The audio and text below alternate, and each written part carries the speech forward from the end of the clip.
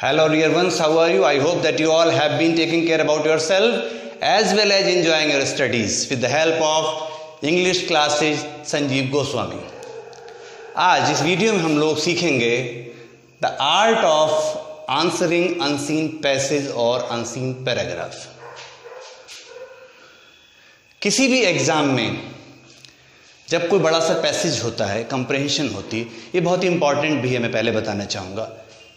In each and every competition in which English is a subject, you will have to answer the questions given below the unseen passage.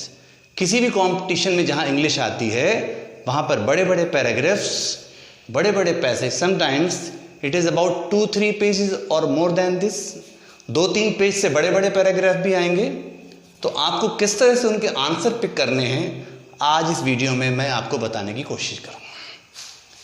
सबसे पहले हमें क्या करना है, जो unseen passage दिया है उसका जो पहले का वर्ड है मान लीजिए ए एंड लास्ट का जो वर्ड है मान लीजिए जेड, ये है कैच वर्ड्स, ये हम लिखेंगे and then we have to start the writing answer number 1।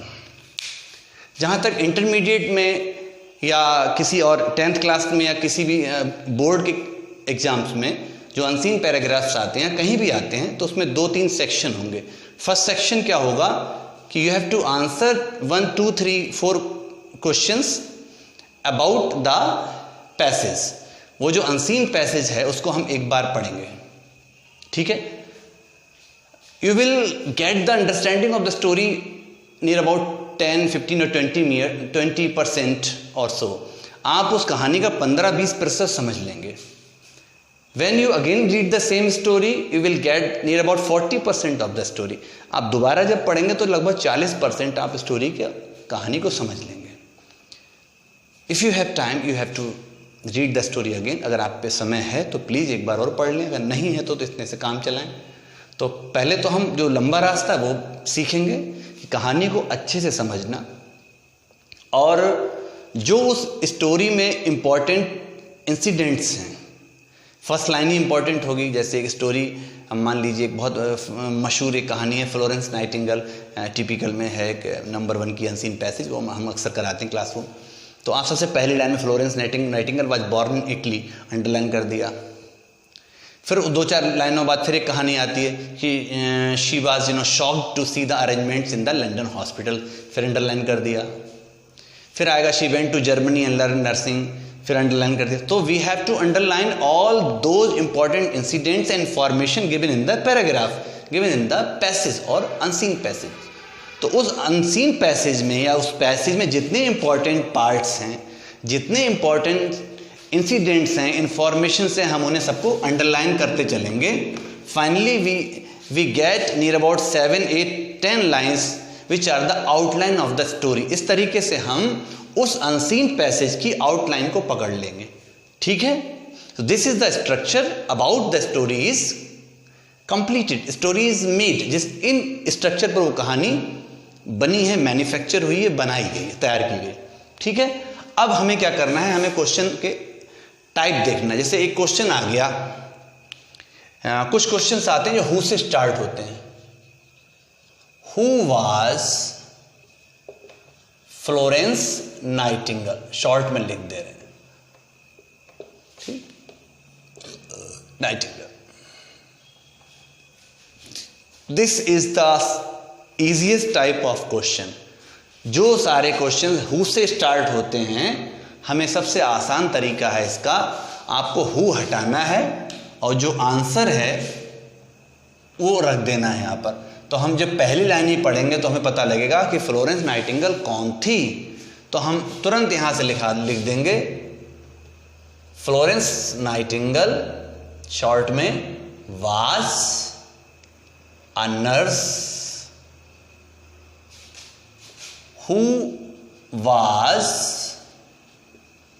Born in Italy. हमें पता लग गया कौन थी वो। अब सेम क्वेश्चन दूसरी तरह से पूछा, सेम क्वेश्चन है, पूछेगी where was Florence Nightingale born, कहाँ पैदा हुई, ठीक है। फिर इसको पकड़ेंगे यहां से, वेयर की जगह Florence Nightingale was born in Italy. इस तरीके से दो हमने एक ही टाइप की चीजों को देखा। There are two types, there is the same information which can be asked by two types. Information एक ही है, फ्लोरेंस नाइटिंगेल कहाँ पैदा हुई, इटली में पैदा हुई। फ्लोरेंस नाइटिंगेल कौन है, फ्लोरेंस नाइटिंगेल वो है जो इटली में पैदा हुई, एक नर्स थी। Got it. इस तरीके से हम उसी इंफॉर्मेशन से 2-3 क्वेश्चन बना लेंगे और इन्हीं में से कोई ना कोई क्वेश्चन हमें नीचे लिखा मिलेगा। अब एक क्वेश्चन है जो उन्होंने किया है, इसके बारे में क्या होगा। अब क्वेश्चन अगला आ गया, why was Florence Nightingale shocked. अब हम क्या करेंगे, यहां से बहुत ध्यान दें आप लोग। हम जब इस टाइप के क्वेश्चन होंगे वाई वगैरह, तो हम ये वर्ब को ध्यान देंगे। We have to notice about the verb which is used, because we have to find out the same verb in the paragraph or the passage or the unseen passage which we can call it. अब हम shocked को देखेंगे तो story में तीसरे, चौथी, पांचवी line पर shock मिलेगा, तो हमें क्या मिलेगा, हमें कुछ मिलेगा फ्लोरेंस नाइटिंगेल was, यही सेम, shocked, उन्हें धक्का लगा, to see, क्या देखकर, मुझे याद है इसलिए मैं इसकी हेल्प कर पा रहा हूं आपको, miserable arrangements in London hospitals। यहां भी ये क्वेश्चन ही कई तरह से पूछा जा सकता है कि what type of arrangements in the hospital, तो इतना कॉम्प्लिकेटेड नहीं करेंगे। तो अब अगला क्वेश्चन आ गया, वाई वाज FN यानी फ्लोरेंस नाइटिंगेल शॉक्ड। शॉक्ड को पकड़ के हम ढूंढ लेंगे यहीं से, FN Florence Nightingale was shocked. जिस क्वेश्चन में वाई आएगा उसका जवाब हमेशा हम या तो टू लगा के इन्फिनेटिव से करेंगे या बिकॉज, क्योंकि वो ऐसा ऐसा हुआ। इस तरीके से ये 2-3 क्वेश्चन हम इस तरह से सॉल्व करेंगे। अब इसके बाद एक घटना इसमें और हुई है, वो हुई है कि वो जर्मनी गई हैं सीखने के लिए। तो अब 2 तरह से पूछ सकता है, where she went to learn nursing, या तो ये पूछेगा तो आसान है, और या फिर क्या पूछेगा, why did Florence Nightingale go to Germany, क्यों गई जर्मनी, तो यहीं से आंसर पकड़ लेंगे। फ्लोरेंस नाइटिंगेल पास्ट टेंस है, गो की जगह पे लिखेंगे went to Germany to learn nursing. इस तरीके से हम ये आंसर दे दें, ठीक है। थोड़ा बड़ा भी लिख दे रहे हैं हम, बहुत कंप्लेंट आती बच्चों को दिखता नहीं। हो गया। अब एक क्वेश्चन फिर पूछ सकता है वो, इसी पैराग्राफ में क्वेश्चन कई बार आता है कि इसके बाद क्या हुआ, एक युद्ध हुआ क्रीमिया के साथ और वहाँ पर जाना पड़ा फ्लोरेंस नाइटिंगेल को। तो क्या लिखेंगे, what did she do in the war, उन्होंने युद्ध में क्या किया, तो आंसर लिख देंगे, she went there and help the wounded soldiers. क्या किया उन्होंने कि वो वहां गई और उन्होंने युद्ध में लोगों की मदद की।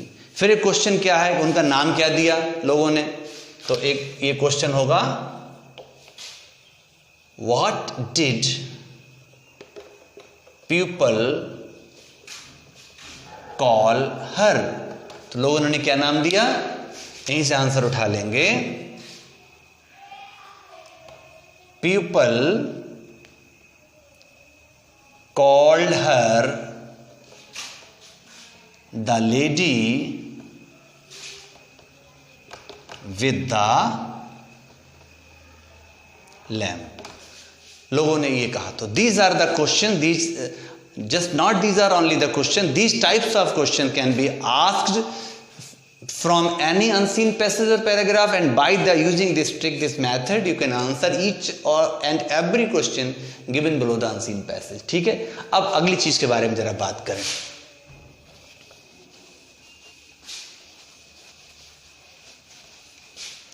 Then there is a question about the summary of the story. बहुत आसान तरीका है।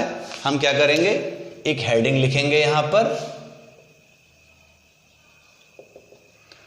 बहुत मुश्किल नहीं है, फिर भी हम क्या काम करेंगे, हम पूरी स्टोरी को पढ़ेंगे और उस पूरी स्टोरी का 1/3 जो हमने अंडरलाइन कर रखे थे इंपॉर्टेंट इंसिडेंट्स, वो समरी के तौर पे लिख देंगे। एक कोशिश करके देखते हैं, शायद आपको समझ में इससे आ जाए।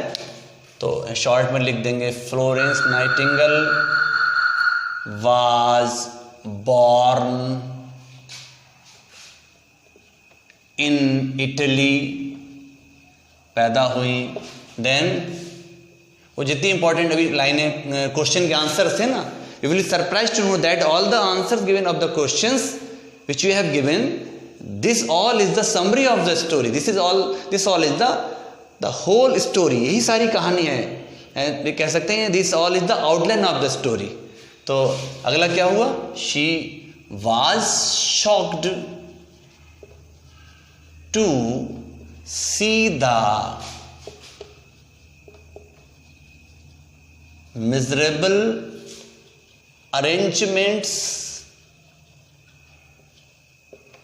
in London hospitals. Got it? अगली चीज क्या है, she went to Germany to learn nursing. Then she went in the war and helped the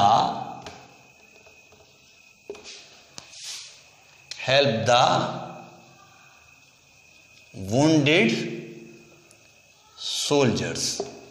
और लास्ट में पीपल नेम्ड हर, थोड़ा चेंज कर दे, उनका नाम दिया क्या, the lady with the lamp. People called her, people named her the lady with the lamp. So you can see that in these 4, 5, 6 lines, this is all about the story. This all is the story. पूरी कहानी इस तरह summary में आ गई है. By using this method, you can summarize the whole story. तो unseen passage का बहुत ही important part, लगभग 1/3, 30% और so 40%, 40 से कम रहना चाहिए. This all is the summary of the story. 30 में हो जाए तो बहुत अच्छा है. ठीक है. अब एक और क्वेश्चन आता है इसमें इंपॉर्टेंट. इस तरीके से आप समझ रहे होंगे. अब अगला क्वेश्चन जो आएगा, and this question is very important, and this is about the title of the story. For me this is the easiest question to answer.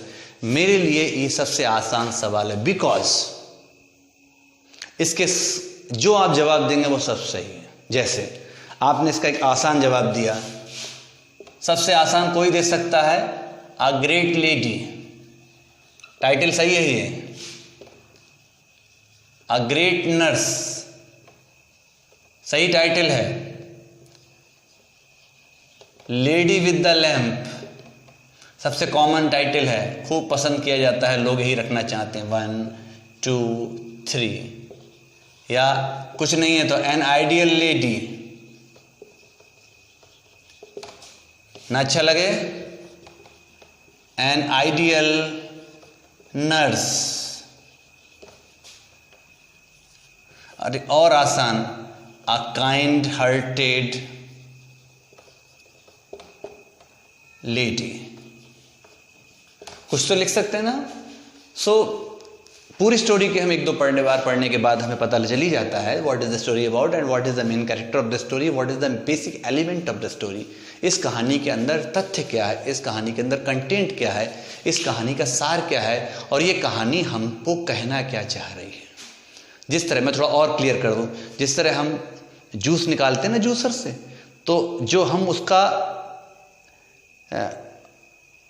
एक ग्लास में जूस भर लेते हैं 2-3 फ्रूट्स का, तो वो जूस जो है ना, वो अभी हमने जो समरी किया वो समरी है, और उसका जो हम टेस्ट करके फ्लेवर बताते हैं कि ये ऑरेंज जूस है या फिर ये एप्पल का जूस है या फिर किसी और फ्रूट का जूस है, वो जो फ्लेवर है ना, and this is the title of the story. Got it? तो ये पता चलना कि ये संतरा है या फिर अनानास है, मौसमी है या फिर सेब है, तो वो जो टेस्ट है, this is all about the title. यही टाइटल है, ये पता तो चले कि आखिर फ्लेवर क्या है, इसका जो मेन एलिमेंट क्या है, इस कहानी में जो इसेंस क्या है, यू नो, फ्लेवर क्या है, इसेंस क्या है, कैरेक्टर क्या है, इस पूरी कहानी का मुख्य पात्र क्या है। तो कई बार वो जो मेन कैरेक्टर होता है वो ही पात्र होता है, कई बार उसकी जो क्वालिटी होती है, ईमानदारी हो, जैसे नर्सिंग है, यहाँ पर नर्सिंग एक एलिमेंट है, काइंडनेस है एक एलिमेंट है, अ काइंड हार्टेड पर्सन है, ये उसका कैरेक्टराइजेशन हो गया। ठीक है, so by using this trick you can answer the question the title of the story. अब कई बार एक आध चीज और भी आती है, वो आती है इटैलिक वर्ड्स को एक्सप्लेन करना भी आता है साहब। मैं एक ही एग्जांपल देके समझाने की कोशिश करूंगा। इसी स्टोरी मैंने कहीं पढ़ा है, एक जगह लिखा है, ये इटैलिक में लिखा है तिरछा करके, she was shocked to see the miserable arrangements dash dash. इसको हम कैसे एक्सप्लेन करें, तो इस एक एग्जांपल से समझिएगा। हम कुछ ऐसे लिखेंगे, पहले तो ये लिख देंगे catchword she dash dash dash arrangements, तो हमें लिखेंगे it means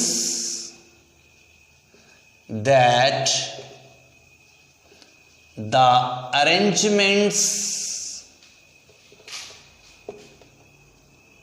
of the hospitals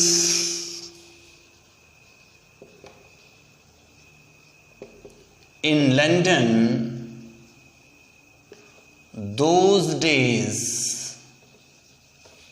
were not good। इसका मतलब क्या हुआ कि इस एक लाइन को हमने एक्सप्लेन कर थोड़ा बड़े में, we have to explain the short line into some big preposition. तो एक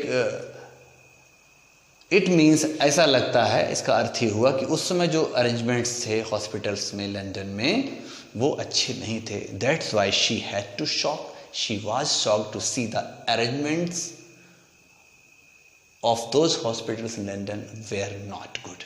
हो गया। इस तरीके से हम जो इटैलिक लाइन्स आएंगे उन्हें भी हम एक्सप्लेन कर सकेंगे। I hope by using all this you can answer any question, every question given below the unseen passage very beautifully and classically and with full confidence. And this is, dear ones, dear friends, dear students, is a very important part of English comprehension. For every competition, board examination, everywhere you have to face this. Okay? अगर आपको अच्छा लगा हो तो please put your like, एक like जरूर दीजिएगा। And your appreciation means a lot for me. आपकी जो तारीफ़ें हैं वो बहुत मनोबल बढ़ा रही हैं, एनकरेजमेंट कर रही हैं, and it feels so good of your love and support. Thank you very much. Have a good day and enjoy your life with your studies.